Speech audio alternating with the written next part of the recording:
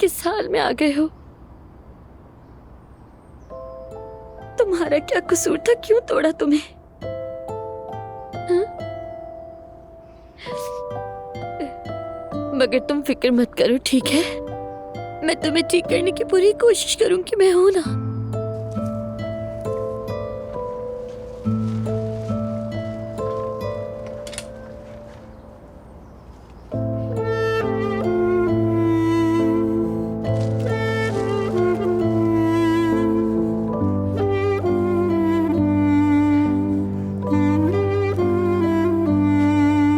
Naila साहिबा,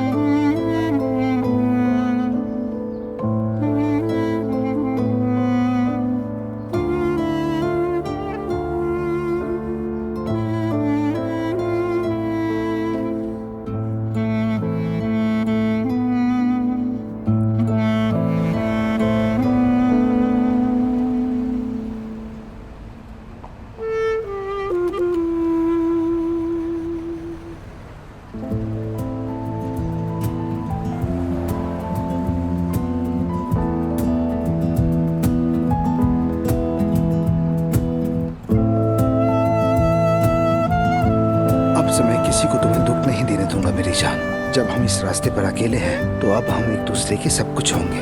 हमें नाउम्मीद करने की ताकत अब से किसी में नहीं रहेगी। अब तुम मेरी बीवी बनोगी। हमें एक होने से कोई नहीं रोक सकता।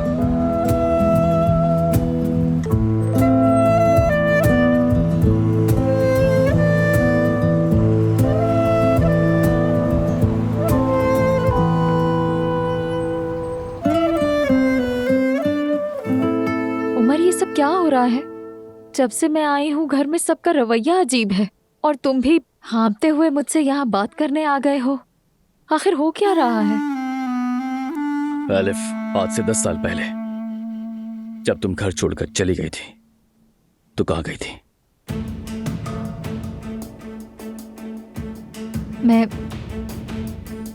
मैंने तुम्हें बताया तो था कि मेरे बाबा मुझे लेकर वापस गांव चले गए थे।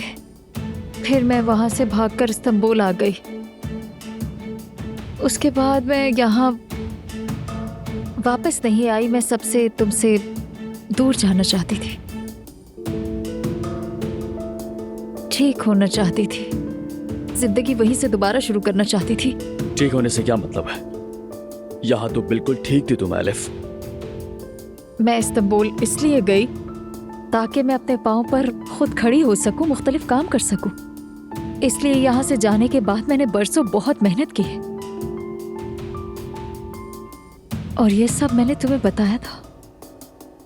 उमर, मुझे समझ नहीं आ रहा तुम क्यों पूछ रहे हो? ये क्यों सवालात हो रहे हैं मुझसे? तो क्या तुम माला में किसी कच्चे घर में कभी भी नहीं रही क्या? याद करो जुबैदा नाम की किसी औरत के घर में। बोलो ना।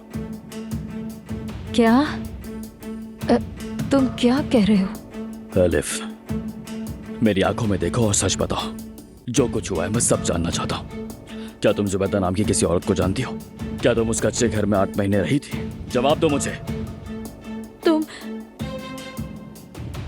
तुम्हें ये सब किसने बताया है? हाँ, मेहमत ने बताया। वो आयजा को लेकर उस घर में गया था, जुबैदा खातून के कच्चे घर में। मुझे यकीन नहीं हो रहा। ये कैसे हो सकता है? वो ये सब कैसे जान सकता है? आलिफ, इधर देखो मेरी आंखों में और मुझे सच सच बताओ।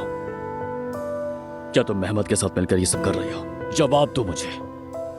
नहीं नहीं, हरगिज़ नहीं। क्या मेहमत ने तुम्हें ये सब करने पर मजबूर किया? क्या उसने कहा ये सब करने के लिए? बताओ आलिफ, क्या उसने तुम्हें धमकाया? बोलो।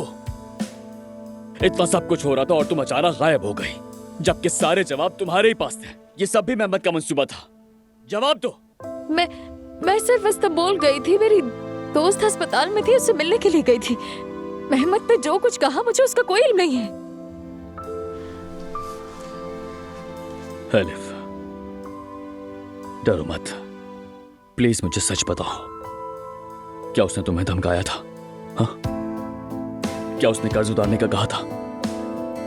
क्या उसने तुम्हें पैसे दिए थे? बताओ मुझे आलिफ। नहीं, नहीं, मेरी मेहमत से न कभी इस बारे में कोई बात हुई है और ना ही कोई ताल्लुक है। तो फिर मेरे साथ बच्चे वाली बात का झूठ मेहमत ने अकेले ही गढ़ा था। वो कच्चा घर और वो औरत, सब कुछ मेहमत ने ही तय किया, और जो कुछ हुआ उसकी तुम्हें कोई खबर नहीं थी। एलिफ, ऐसा ही है ना? ये सब झूठ नहीं है उमर।